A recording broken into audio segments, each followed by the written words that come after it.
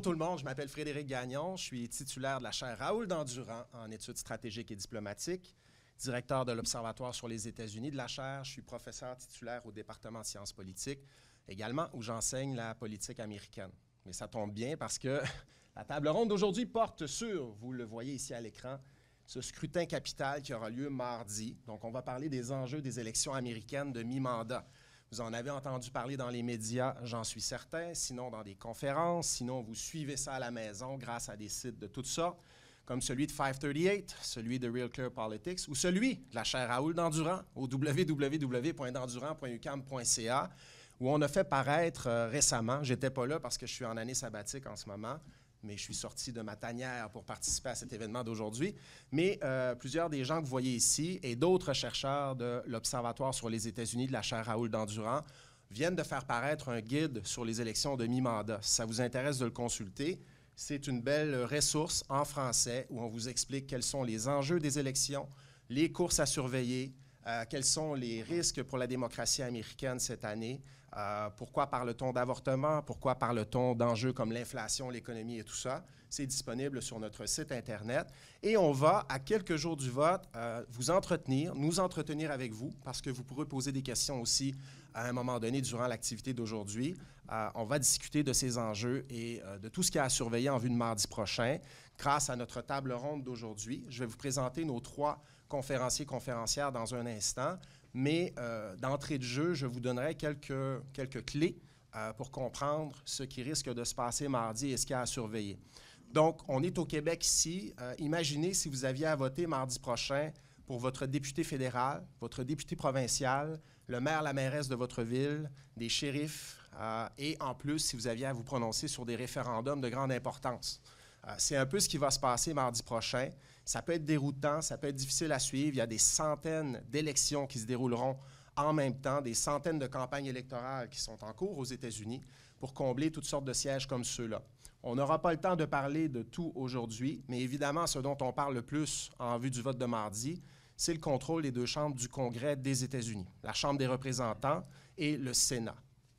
Donc, ce Congrès constitué de 2 chambres est extrêmement important parce que Joe Biden doit, à titre de président, négocier constamment avec le Congrès pour obtenir de la part du Congrès un accord lorsqu'il propose des projets de loi, par exemple, lorsqu'il propose des projets de budget fédéraux, donc des investissements importants qu'il veut faire. On l'a vu durant les 2 premières années de sa présidence en matière de réfection des infrastructures, des investissements pour développer un petit peu plus d'énergie renouvelable, des investissements pour développer l'industrie des semi-conducteurs dans des États comme l'Ohio.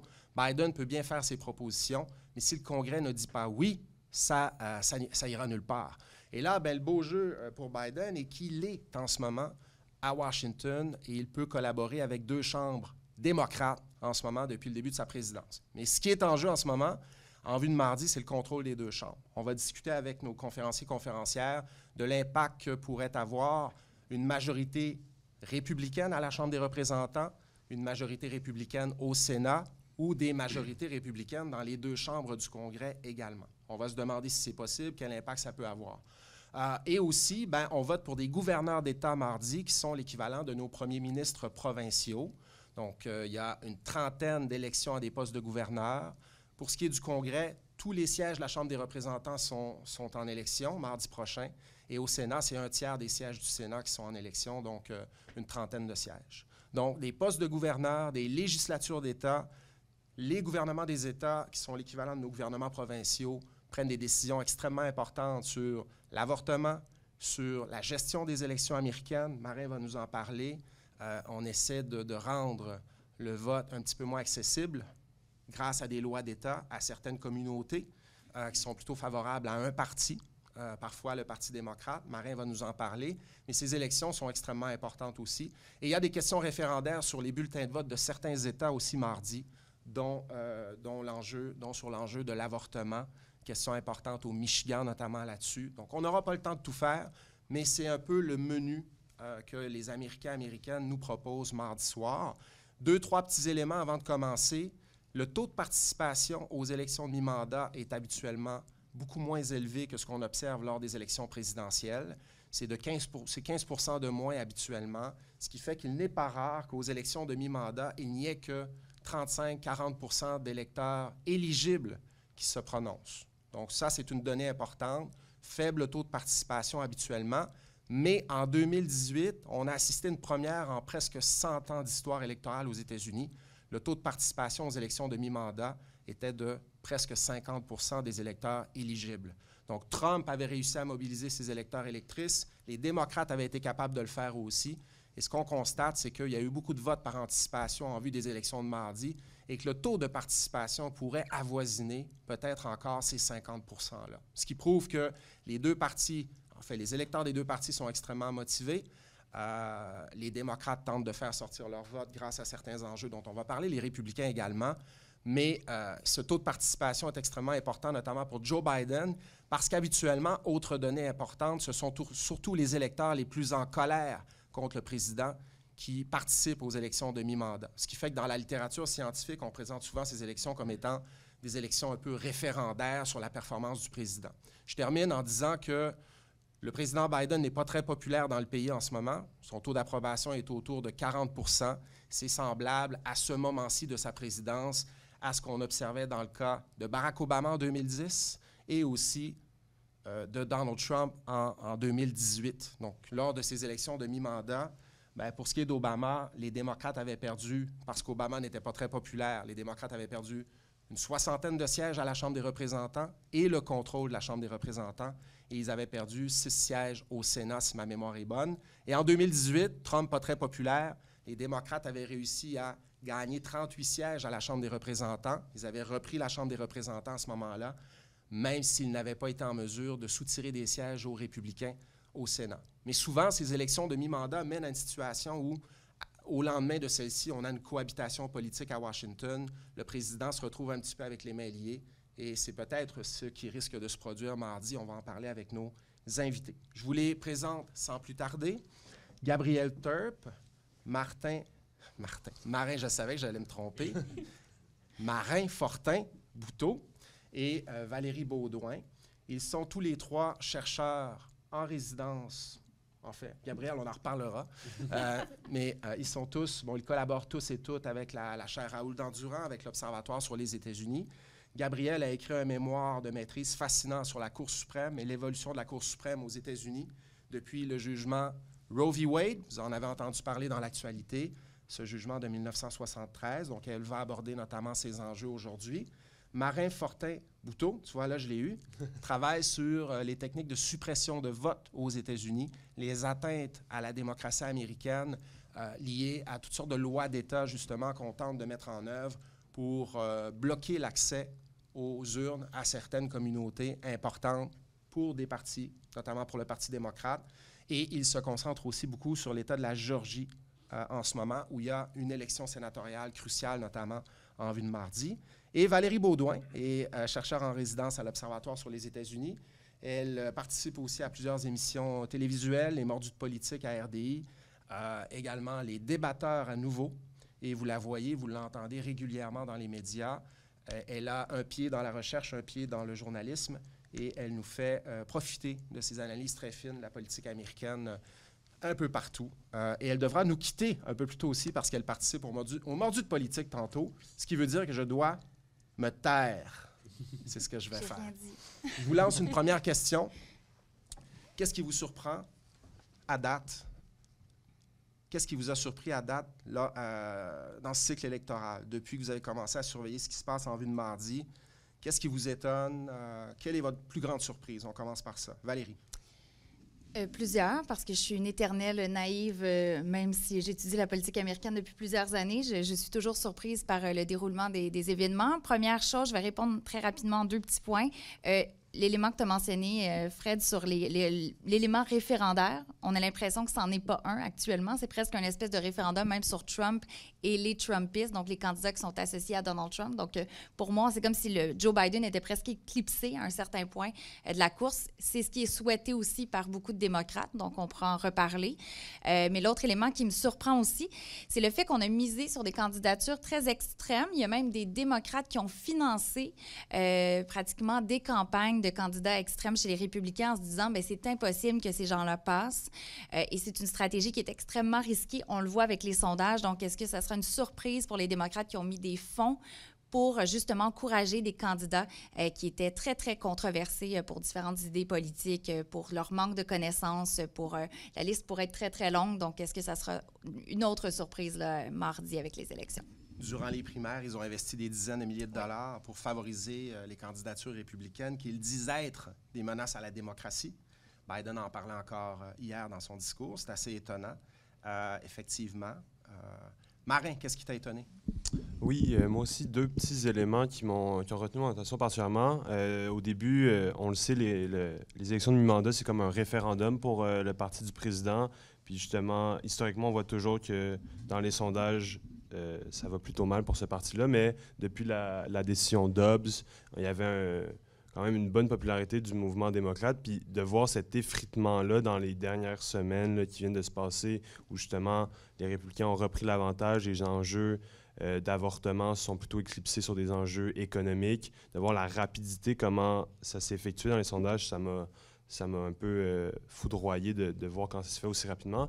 Puis aussi de voir cette division-là au sein du Parti républicain. Souvent, on parlait, quand Trump était au pouvoir, d'un parti qui était très uni, qui était sous sa gouverne, qui était relativement homogène. Puis là, de voir que des candidatures plus modérées sont tassées, puis voir finance des campagnes contre des candidats extrémistes. Je pense notamment à Liz Cheney qui met en place des moyens pour lutter contre des candidats de son propre parti qui sont considérés comme plus extrémistes. C'est quelque chose qui a retenu mon attention aussi. Merci, Marin. Gabrielle? Oui, bien, pour rebondir un peu, c'est sûr que avec l'extrémisme, tout ça, je suis un peu naïve aussi. Ça me surprend, mais ça me surprend pas en même temps, de voir jusqu'à quel point ils sont capables d'aller loin dans leurs commentaires, dans ce qu'ils disent. Par exemple, Carrie Lake en Arizona se surprend à chaque fois qu'elle parle. Herschel Walker en Géorgie aussi. Donc, ça me surprend à quel point il n'y a pas vraiment de limite à ce qu'ils peuvent dire, à ce qu'ils peuvent faire. Puis finalement, il n'y a pas vraiment... ils continuent à garder le soutien de la base. Et l'autre chose qui est plus personnelle, qui vient me toucher, c'est le fait qu'on ne parle pas assez du fait que Dr. Oz a des gros problèmes éthiques au niveau de sa pratique et du fait que, c'est sorti il y a quelques semaines, il a fait tuer une tonne et des centaines de chiots pour ses recherches scientifiques. Et ça, je pense qu'on n'en parle pas assez. Oui, on n'en entend pas parler beaucoup de ce côté-ci de la frontière, mais en Pennsylvanie, où on était, Christophe Cloutier-Roy et moi, la semaine passée, on a visité 7 États en une semaine, mais on s'est concentré surtout sur 4 États clés, dont la Pennsylvanie. Et là-bas, ça se dit. Ça se dit. Mais le problème, c'est que, et je lancerai la question à Valérie, c'est que ces candidatures-là, de novices en politique, il y en a plusieurs, encore une fois, du côté républicain, des novices en politique, appuyés par Trump, comme Mehmet Oz, candidat républicain à la sénatoriale en Pennsylvanie, Herschel Walker, on l'a nommé, candidat républicain au Sénat en Géorgie, et les autres, J.D. Vance en Ohio et autres. Donc, beaucoup de novices en politique que les démocrates étaient presque certains de battre, se bidonnaient un petit peu en disant « ça va être facile ». D'ailleurs, on va les appuyer pendant les primaires, là. Comme ça, ce sont eux qui vont gagner, puis on va pouvoir les battre facilement à la générale. Mais ce qu'on constate, Valérie, à moins de me tromper, c'est, Marin le disait, ça s'est resserré. Comment expliques-tu le succès de ces candidatures un peu étranges, ou que certains disent étranges, du côté républicain? Comment on explique ce succès-là? Bien, on l'explique de plusieurs façons et je pense qu'on n'a pas personne le secret pour comprendre vraiment à quel point des candidatures aussi extrêmes peuvent passer auprès de l'électorat, mais dans les sondages, ce qu'on voit, c'est que les gens votent pour le parti et moins pour le candidat. Donc, ça ne fait pas nécessairement partie des priorités, surtout dans un système où tu as les démocrates et les républicains. Oui, il y a des troisièmes partis, des partis indépendants, mais on s'entend que c'est extrêmement minoritaire. Donc, les gens, quand ils ont le choix entre un démocrate ou un républicain, ils se disent, bien, moi, les démocrates, ça me fait peur, je ne veux pas payer plus d'impôts. Là, j'y vais dans les clichés boucher, là. Je veux pas qu'on tue des bébés parce que c'est pratiquement un discours qu'on peut entendre. Je vais voter pour les républicains et je veux un peu me boucher le nez. Donc, c'est pas grave, je vais ignorer certaines choses parce que j'ai envie d'avoir, par exemple, un membre du Sénat de mon État qui est républicain, qui ressemble, le parti ressemble à mes valeurs. Donc, ça, c'est la première des choses. J'ai l'impression que la candidature, c'est moins important que ça l'a peut-être été par le passé. Deuxièmement, j'appelle ça le standard ou le non-standard Trump au niveau des scandales. On se rappelle tous de 2016, campagne électorale. Je ne répéterai pas les fameuses paroles, mais ça commence par « grab them » et ça se termine par autre chose. Donc, un scandale sexuel, d'harcèlement. Il y avait aussi des femmes qui disaient avoir été agressées sexuellement par le candidat à la présidence. Il faisait des termes qu'il utilisait pour, par exemple, les immigrants mexicains qui venaient aux États-Unis. Plein de choses qui se sont passées et il est quand même il a été président des États-Unis contre toute attente, je mets des guillemets ici. Donc, l'espèce de standard que quand on a un scandale majeur, ça nous élimine automatiquement de la course. On n'a plus ça. Et on le voit, Herschel Walker, pour prendre un exemple qui est assez présent dans les médias, candidat pour le Sénat en Georgie, ancienne star de football. Ça aussi, ça aide. Hein? C'est un peu la notoriété à la Trump. Là. Je fais un peu un parallèle. Justement, c'est une star, c'est quelqu'un qui est connu, qui est respecté pour beaucoup d'Américains. Donc, lui qui se dit anti-choix, en fait. L'avortement, c'est un meurtre et que finalement, non pas une femme, mais 2 femmes qui auraient eu des relations sexuelles avec lui, il aurait payé pour des avortements. Il était au courant des procédures, selon, bien sûr, l'information qui a circulé dans les médias dans les dernières semaines. Donc, ça démontre un côté d'hypocrisie, de double standard pour certains Américains et d'autres. Et malgré ça, on voyait dans les sondages que l'aiguille bougeait, mais pas tant que ça. Ils sont assez près. Là. Je regardais même un sondage, je pense que c'était Fox News qui l'a sorti, où il est en avance sur son adversaire politique, qui est l'actuel, lui, sénateur en Georgie, le révérend Warnock. Donc, et les deux se battent aussi pour le vote afro-américain. Donc, c'est multidimensionnel, mais je crois qu'on a un standard qui n'est pas le même qui était il y a quelques années. Et là, je ne parle même pas des gens qui disent que l'élection de 2020 a été volée. Je ne parle pas justement de Carrie Lake en Arizona qui dit qu'elle ne va pas nécessairement reconnaître les résultats de l'élection. C'est un nouveau discours que, je vais le dire, malheureusement, on voit de plus en plus et à mon avis, qui est dangereux pour la démocratie américaine. Donc, on ferme les yeux sur des candidatures qui laissent à désirer parfois, je vais dire ça comme ça pour être poli.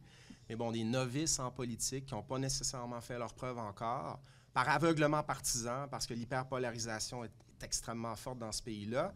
Et une donnée importante aussi, qu'on a entendue régulièrement depuis le début de la campagne électorale, c'est qu'au Sénat, c'est extrêmement serré en ce moment. Chacun des partis a 50 sièges. Et les démocrates n'y sont majoritaires que parce qu'ils détiennent les clés de la Maison-Blanche, ce qui permet à la vice-présidente Kamala Harris de trancher au Sénat.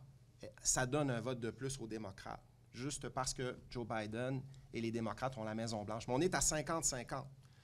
Et là, il y a une trentaine de courses au Sénat. Et il y a probablement des gens qui se disent « Herschel Walker, pas fort, mais je préfère encore voter pour lui parce que l'enjeu de l'élection est plus grand et on veut que les républicains soient majoritaires au Sénat à tout prix. » Ça, je pense que ça joue aussi, mais Valérie a entièrement raison.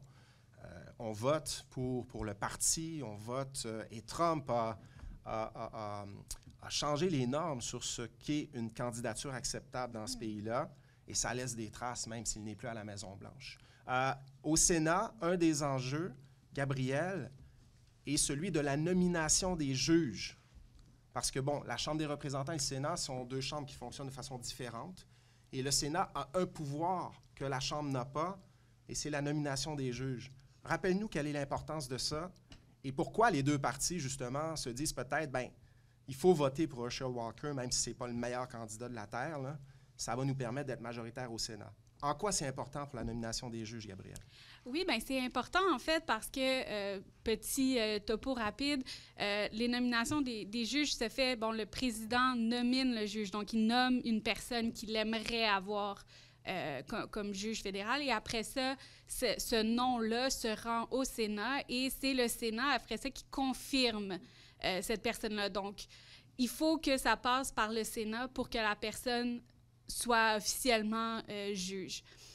Pour que ça passe, maintenant, il faut une majorité simple au Sénat. Donc, autrement dit, ça veut dire que le parti au pouvoir du Sénat peut confirmer toute nomination ou refuser toute nomination qu'ils veulent dès qu'ils ont la majorité.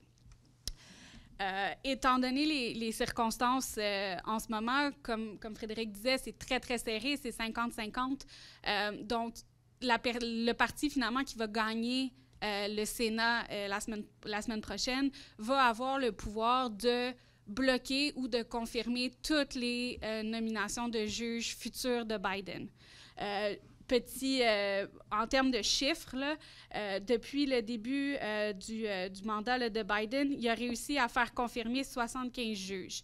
Donc, c'est 75 juges à tous les échelons fédéraux. Là, on ne parle pas juste de la Cour suprême, là, bien évidemment.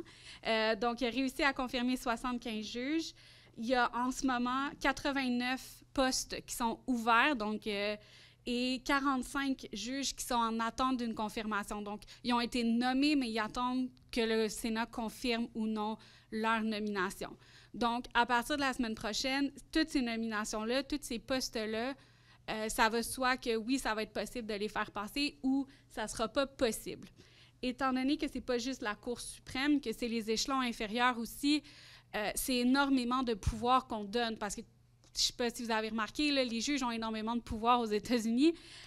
Donc, les cours inférieures, en nommant des juges à ces cours-là, ils ont un gros pouvoir d'influence parce qu'ils entendent beaucoup plus de causes que la Cour suprême, bien évidemment.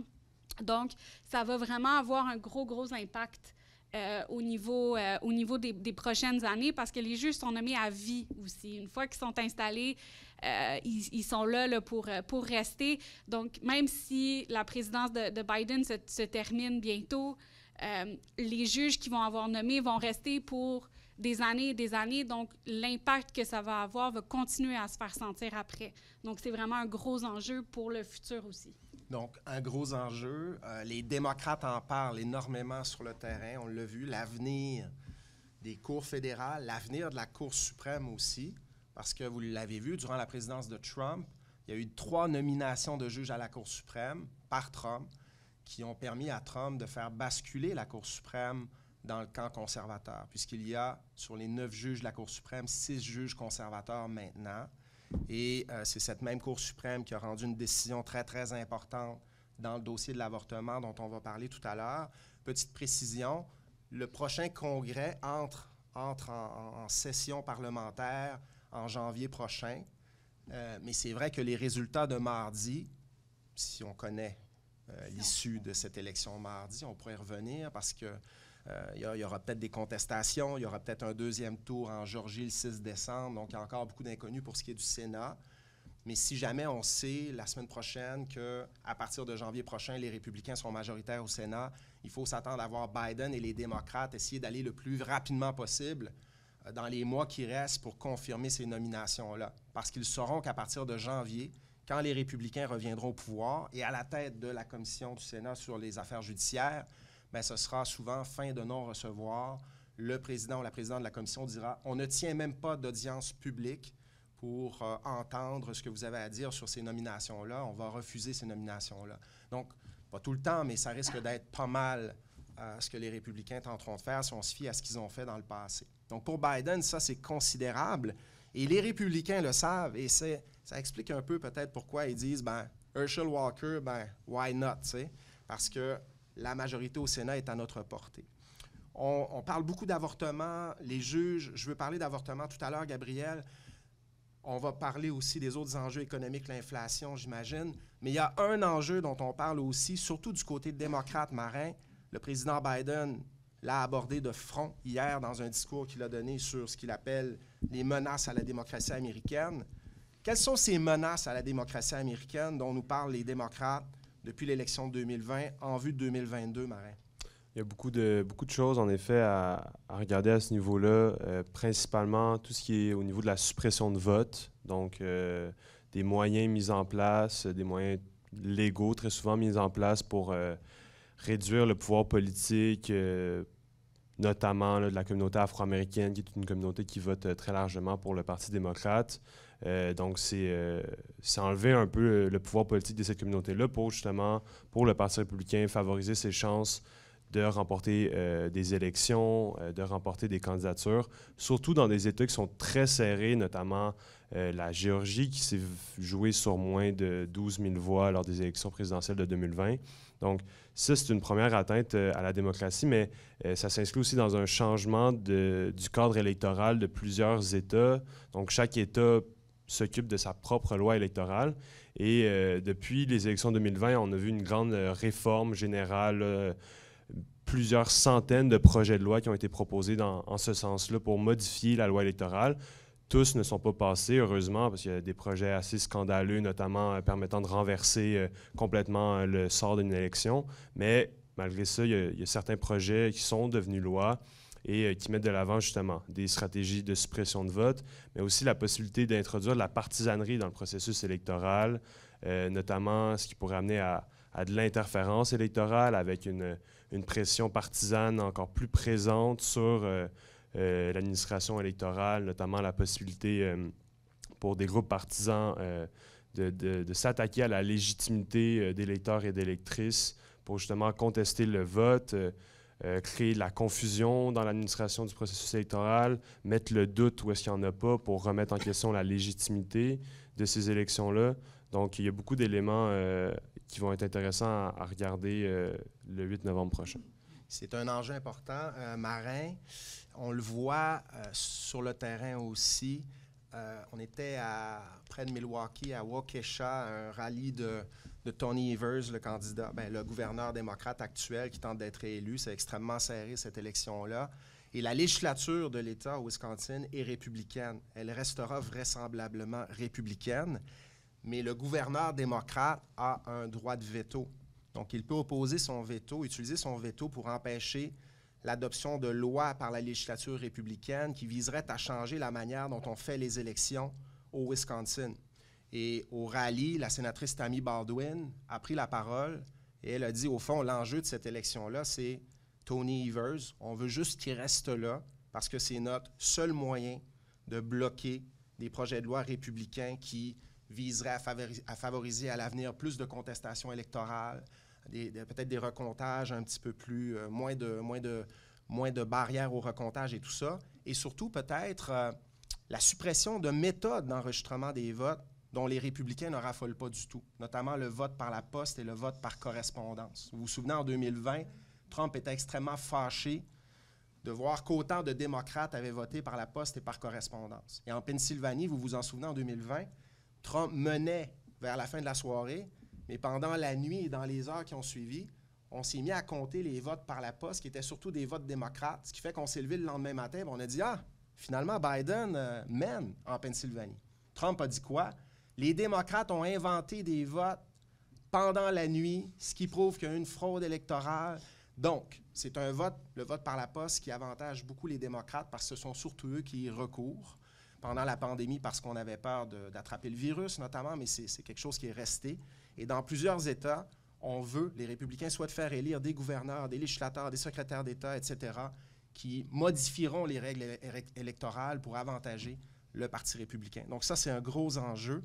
Et en Pennsylvanie, cette année, durant la sénatoriale que vous verrez mardi, attendez-vous encore une fois peut-être à ce que Mehmet Oz mène en début de soirée, en fin de soirée aussi, mais que le lendemain, en raison du vote par la poste qui continue à être dépouillé, Fetterman, le démocrate, rejoigne Mehmet Oz, qui pourra peut-être dire un peu comme Trump l'avait fait, « Ah, c'est bizarre, cette nuit, pendant que tout le monde dormait, on a inventé des votes. Qu'est-ce qui s'est passé? C'est peut-être preuve qu'il y a fraude électorale. On va exiger des recomptages. On va y aller de contestation. » Et on n'est pas sorti de l'auberge parce qu'il y a eu un précédent avec Trump qui a habitué les Américains et Américaines, et surtout les républicains, à l'idée qu'il y a des magouilles électorales chaque fois qu'il y a des élections. Je voulais juste ajouter un petit point parce que justement, en Pennsylvanie, sur Truth Social, parce que Donald Trump n'est toujours pas de retour sur Twitter malgré les rumeurs persistantes qu'Elon Musk va le laisser revenir. Mais il a dit déjà, voyez, on fait ce qu'on a fait en 2020. On est en train de voler l'élection par la poste. Alors, on n'est même pas en train de comptabiliser les bulletins de vote et que déjà, il parle qu'il y a une fraude électorale quand il n'y a aucune preuve. On n'a pas ouvert les enveloppes. À moins de me tromper, je pense que la Pennsylvanie, on compte justement au moment de l'élection. Donc, il y a pas, on n'est pas en train de faire un décompte avant. Alors, il y a déjà ce discours-là. Donc, on met la table pour dire il y aura bel et bien une fraude si, bien sûr, le candidat qui est Mehmet Oz ne gagne pas l'élection. Il y a eu le 6 janvier, vous l'avez vu, l'assaut du Capitole, donc, où des individus et des groupes convaincus qu'il y a eu fraude électorale en 2020 avaient pris le congrès d'assaut pour interrompre le processus électoral par la force. Il y a eu des morts. Bon, vous avez assisté à ça comme moi. Un jour sombre dans l'histoire du pays. Et si vous pensez qu'on est sorti de ça, bien, vous vous trompez. Il y a un sondage du New York Times qui démontre qu'il y a une grande majorité d'électeurs républicains qui sont très à l'aise en 2022 de voter pour des election deniers, comme on les appelle. Donc, des candidats républicains, candidates républicaines qui disent, comme Trump, qu'il y a eu fraude électorale majeure lors de l'élection de 2020, alors que ça n'a pas été prouvé. Et l'autre chose à retenir, c'est que mardi, sur les bulletins de vote, au pays, 60% des Américains auront l'occasion de voter pour un ou plusieurs candidats que l'on qualifie d'election deniers. Donc, c'est là pour rester. Herschel Walker en est un au Sénat. Mehmet Oz aussi, même s'il a un petit peu atténué son discours là-dessus, a dit qu'il y avait eu fraude électorale en 2020, et d'autres. Donc, quand Biden disait hier, il y a un risque pour la démocratie mardi, ce qu'il voulait dire, c'est qu'il est possible qu'au lendemain de cette élection-là, il y ait des dizaines et des dizaines et des dizaines de candidats républicains élus qui disent un peu comme Trump, que Trump s'est fait voler l'élection en 2020 et qu'il faut changer le processus électoral. Donc ça, c'est un gros enjeu de l'élection de mardi. Un autre enjeu extrêmement important, c'est l'avortement. Et Gabrielle et Valérie ont surveillé ça au cours des dernières semaines. Je vous poserai à chacune une question. Gabrielle, peut-être nous rappeler un peu le contexte. La décision de la Cour suprême Dobbs, comment elle a changé le paysage électoral aux États-Unis et peut-être tu peux nous dire jusqu'à quel point cet enjeu-là est devenu saillant dans les débats en raison de la décision Dobbs de la Cour suprême. Et Valérie, je te lance la question tout de suite. Est-ce que les démocrates ont bien fait? Bien, je ne parle pas de l'enjeu de l'avortement parce que ça, évidemment, on a tous et toutes nos positions personnelles là-dessus. Mais d'un point de vue électoral, je vais dire ça comme ça, est-ce que ça a été une stratégie fructueuse pour les démocrates de mettre autant l'accent sur l'avortement cette année? Est-ce que ça va produire les effets escomptés? Gabrielle, peut-être? Oui. Mais si tu veux mettre la table sur... Avec Dobbs? Oui, Pas oui. de trouble. Pas de trouble. Donc, c'est ça. Donc, le terme de la Cour, en français, je sais pas, la session? Ouais. La session passée de la Cour, les 9 juges de la Cour suprême, en fait, ont décidé d'entendre la cause Dobbs, qui était une cause qui remettait en question le fait que l'avortement était constitutionnellement protégé. C'était une décision qui était très, très excitante pour les deux côtés. Là. Les deux côtés étaient excités là, de voir ce qui allait se passer avec ça, pour des raisons bien différentes. Mais c'était vraiment une décision que tout le monde regardait. Au mois d'avril, si je me souviens bien, il y a eu un mémo, en fait, qui a été sorti de la Cour, et c'était, en fait, un brouillon de la décision qui annonçait officiellement que le droit à l'avortement, qui est protégé par le jugement Roe contre Wade de 1973, n'existait plus. Donc, le brouillon sort. Et ce que ça veut dire, si ce brouillon-là était vrai, c'est que le droit à l'avortement allait redevenir une décision qui est au niveau des États et non au niveau fédéral. Ce qui veut dire que les 50 États pouvaient choisir eux-mêmes la législation qui convenait, en fait, à leur population au niveau de l'avortement. Donc, ça veut dire qu'il va y avoir des États qui vont avoir d'énormes disparités, là. Donc, il va y avoir des États que il n'y a rien qui va changer finalement, que l'avortement va rester accessible, va rester légal et facile d'obtenir. Il y a d'autres États qu'à ce moment-là, ça va devenir complètement impossible, que les cliniques vont toutes être fermées et ça va avoir un gros impact sur la population qui va devoir à ce moment-là voyager pour avoir un avortement ou simplement garder le bébé et mettre la grossesse à terme. Donc, le brouillon sort, ça fait scandale. Et au mois de juin, la décision officielle sort et on réalise que finalement, le brouillon était la version quasi finale. Donc, ça tombe que finalement, Roe n'existe plus. La protection constitutionnelle à l'avortement n'existe plus. Et ceci, en fait, part vraiment une grosse manifestation au niveau de la population américaine. Les gens sont conscients de l'impact qu'une décision va avoir sur leur propre vie, parce que souvent, le côté juridique est mis un peu de côté parce qu'ils ne voient pas l'effet tangible sur leur vie. Mais la décision Dobbs le fait finalement, cette présentation-là, finalement, du côté légal sur leur vie privée. Donc, ça amène beaucoup de frustration.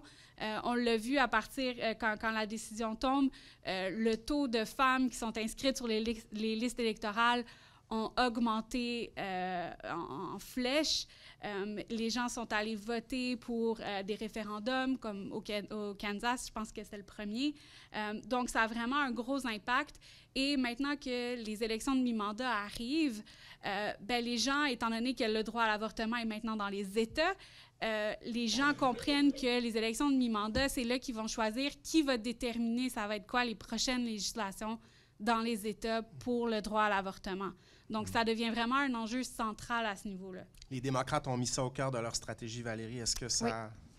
Oui, bien, ils l'ont mis au cœur de la stratégie justement pour miser là-dessus, le fait qu'il y a autant de femmes qui se sont inscrites sur les listes électorales. Il y a aussi une élection partielle dans l'État de New York où il y a un candidat qui a misé là-dessus, même si ce n'était pas un enjeu pour l'État de façon générale, mais il a parlé vraiment de cette liberté que les femmes devaient avoir de choisir et il a gagné. Et c'était quand même une course qui était assez serrée. On pensait même que le républicain allait passer. Donc, il y a une stratégie qui peut être payante et on mise sur quoi? Sur la colère, sur l'émotion. Ça peut être vraiment un facteur qui motive les gens à aller voter, de dire, parce que l'élection de mi-mandat, tu l'as dit d'entrée de jeu, Fred, que c'est pas l'élection où on va voter massivement. C'est pas une élection présidentielle, mais quand tu es frustré, quand il y a un enjeu qui te touche personnellement ou qui touche ta famille, peu importe, tu décides peut-être de sortir et d'aller voter, d'exercer ton droit de vote et de t'inscrire sur les listes électorales, parce que là, on pourra en parler longtemps. Là, c'est assez compliqué le processus juste pour voter aux États-Unis, dans certains États. Alors ça, c'est la première des choses. Le problème, à mon avis, et c'est l'analyse, entre autres, de Bernie Sanders, le sénateur du Vermont qui est très connu.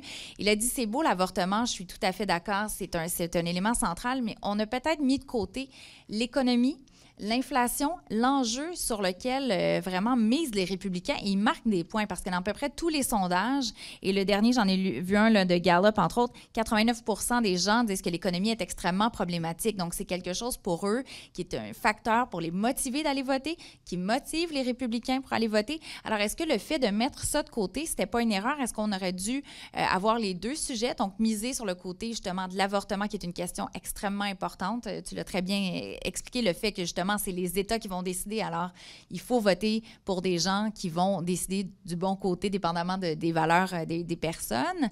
Mais l'économie, c'est peut-être aussi justement une erreur de ne pas avoir mis plus d'importance là-dessus. Et Barack Obama aussi, il participait à un podcast il y a quelques semaines, Pod Save America, où il disait aussi le discours des démocrates, c'est trop cérébral. T'sais, on n'est pas assez, excusez-moi l'expression, là, sur le plancher des vaches à parler d'enjeux qui vont toucher monsieur, madame, tout le monde, sans vouloir faire de généralité, mais tout le monde a besoin d'aller faire l'épicerie, de payer son loyer, de mettre de l'essence dans la voiture.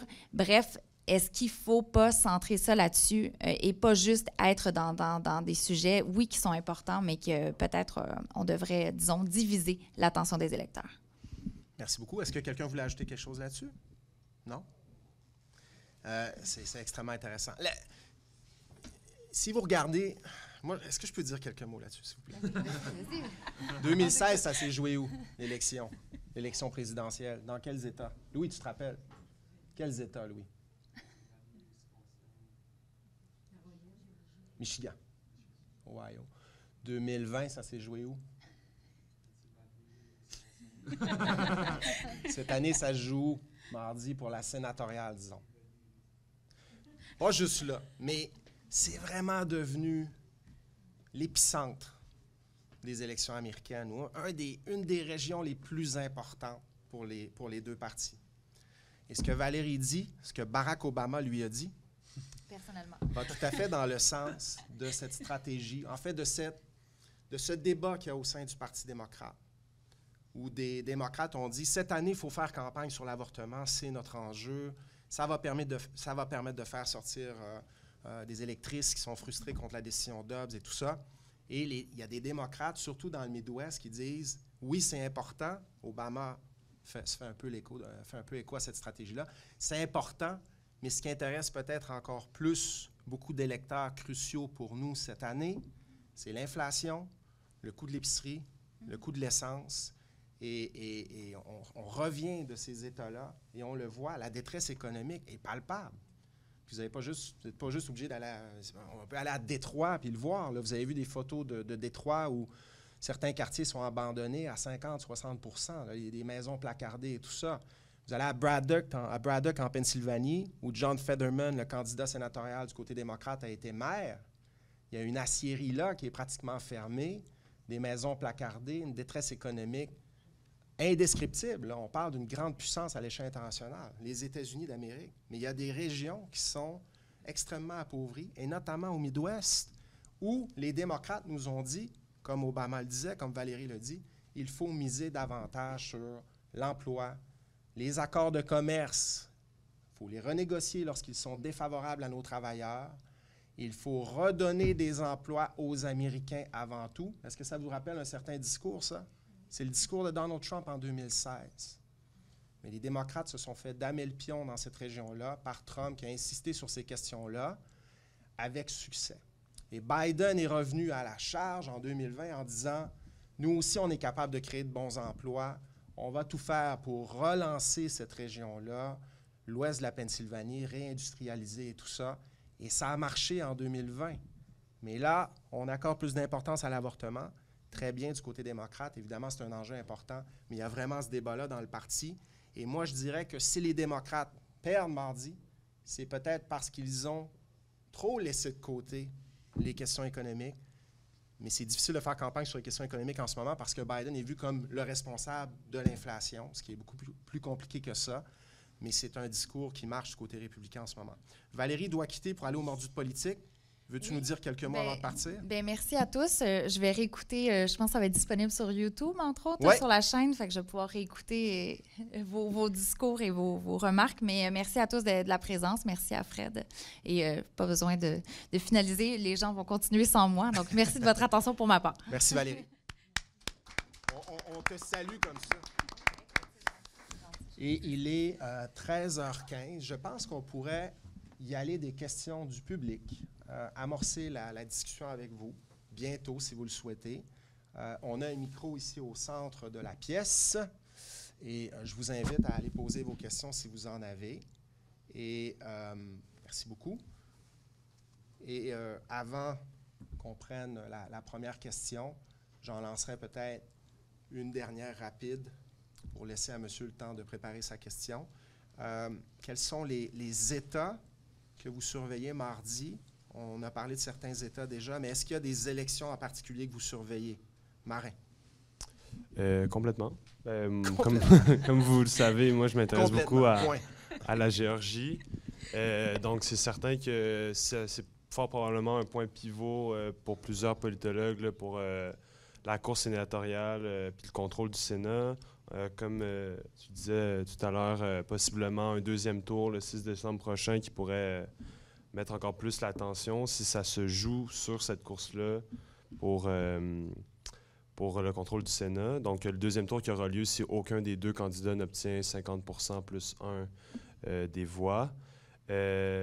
Ensuite, particulièrement l'État de l'Arizona, où les postes de gouverneur, de secrétaire d'État, de procureur général, 3 postes très importants dans l'administration des élections, sont représentés chez les républicains par tous et toutes des candidatures qui remettent de l'avant la légitimité des élections de 2020 et donc des entrées en pouvoir à ces 3 postes-là pourraient probablement dire des changements électoraux importants pour les élections de 2024, les prochaines élections présidentielles.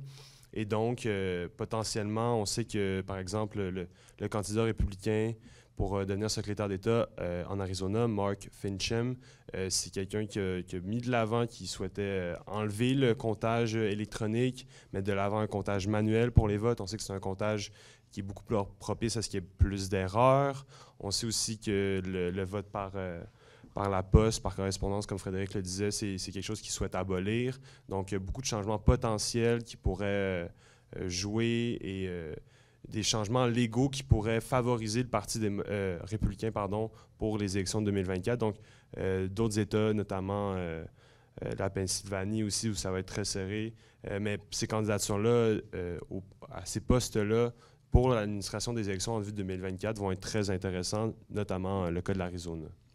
Gabrielle, est-ce que tu... Oui, ben, tu m'as volé les mots de la bouche. Je rajouterais peut-être le Nevada, où est-ce qu'il y a une course qui est très, très, très serrée au niveau du Sénat. Présentement, la sénatrice Masto est une démocrate et elle est en grand risque. C'est considéré comme une des courses les plus à risque là, que les démocrates perdent comme siège. Donc, c'est une course qui va être très, très serrée, très intéressante à regarder. Et je reviens sur la Pennsylvanie avec Dr. Oz et ses chiots. Aussi, je vais garder un œil là-dessus pendant la soirée. Donc, je pense qu'on n'a plus le temps de faire autre chose aujourd'hui. Mais je veux, avant de vous laisser, vous remercier pour vos excellentes questions. Vous remercier d'avoir participé en grand nombre à la table ronde d'aujourd'hui. Je vous invite à suivre les analyses de la chaire Raoul Dandurand et de l'Observatoire sur les États-Unis d'ici l'élection de mardi. Après l'élection de mardi aussi, on va essayer de savoir ce que ça veut dire pour Biden et pour la suite. Et toutes les infos sont sur notre site Internet. Je ne rappelle pas l'adresse, je l'ai dite tout à l'heure. J'ai dit ce que c'est tout à l'heure. Il y a d'autres événements aussi à suivre. Bon, voilà, Françoise Conéa, dans son efficacité légendaire, nous a préparé une diapo qui résume ce qu'on va faire d'ici le 2 décembre 2022 sur les élections de mi-mandat. Et je vous invite tout particulièrement à remarquer qu'on aura la chance d'accueillir Robert Lieberman, un expert américain de la démocratie américaine, qui viendra nous parler justement de ce que vous avez abordé tout à l'heure en nous posant la question. Est-ce qu'on se dirige vers une guerre civile aux États-Unis, les extrémismes, la perte de confiance envers les institutions américaines? Qu'est-ce que ça veut dire pour la suite? Sachant que dans le palmarès de The Economist, et ça vaut ce que ça vaut, là, mais ils ont des critères pour nous proposer un ordonnancement des démocraties dans le monde, puis on voit que les États-Unis chutent dans le palmarès depuis quelques années parce qu'on observe tous ces phénomènes-là. Des phénomènes que Marin, Fortin-Bouteau a abordés aujourd'hui, suppression du vote, volonté de rendre l'accès au vote un petit peu plus ardu qu'avant. Et je remercie Marin d'avoir participé à la table ronde, Valérie Baudouin qui nous a quittés, et en terminant, last but not the least, Gabrielle Turp, qui a participé aussi à cette discussion. J'espère que vous avez apprécié. Je vous souhaite un bon après-midi, puis je vous dis à la prochaine.